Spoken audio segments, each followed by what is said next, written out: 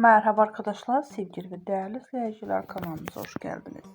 Bugün sizlere güzeller güzeli Özge Yağız'dan muhteşem görüntülerle karşınızdayız. Özge Yağız'ın muhteşem görüntülerin devamı gelmesini istiyorsanız kanalımıza abone olmayı unutmayın.